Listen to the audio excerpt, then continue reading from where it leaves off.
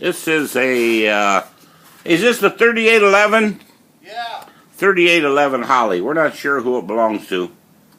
One fellow said he sent it in for rebuild, but he couldn't identify it. We don't know for sure if it's his or not. It arrived here at our place with no label, no paperwork, and no nothing. So we're rebuilding it. If this other gentleman does not buy it, it does not claim it, it's going for sale on the internet. And we're going to just get rid of it for what we got into it, 500 bucks. It's a 3811. I believe these were very, very rare. This is original factory doodad here at www.carburetorsandmore.com, and it's for a Corvette. I looked it up. I believe it was a 67 Corvette? Something like that. Something like that.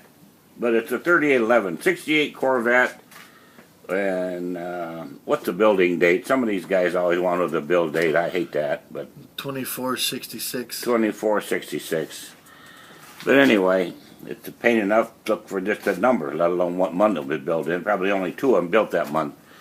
Like looking for a needle in a haystack. But anyway, the important thing is we're going to test it out. I'll stop running my mouth. Here we're at 832-221-4007. Here we go. It's a sweet running carburetor, I'll tell you that. And like I say, if this guy doesn't claim it, it's going for sale on eBay. And that dude will go quick too. Okay, we got it right now enough. This is in a free rev position, no load, except the water pump, power steering, air conditioning, whatever accessories are normally on a car.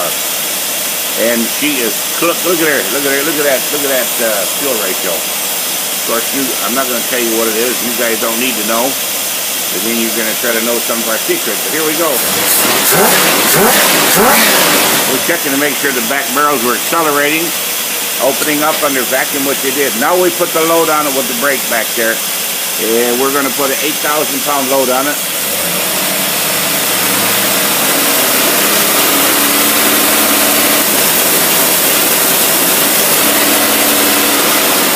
See it start shaking? That's when it hit the rev limiter. This is a sweet running carburetor. Hey, it looks pretty good too with that brand new powder coat on it.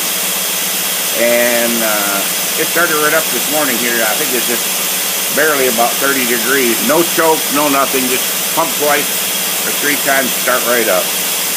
No problem. Okay, this concludes this. Now let me make one more pull. And another one. I'm looking for flat spots. I'm also trying to get our water pump circulating here so we can do some checking the antifreeze levels. Alrighty. This is the end of this one. Thank you.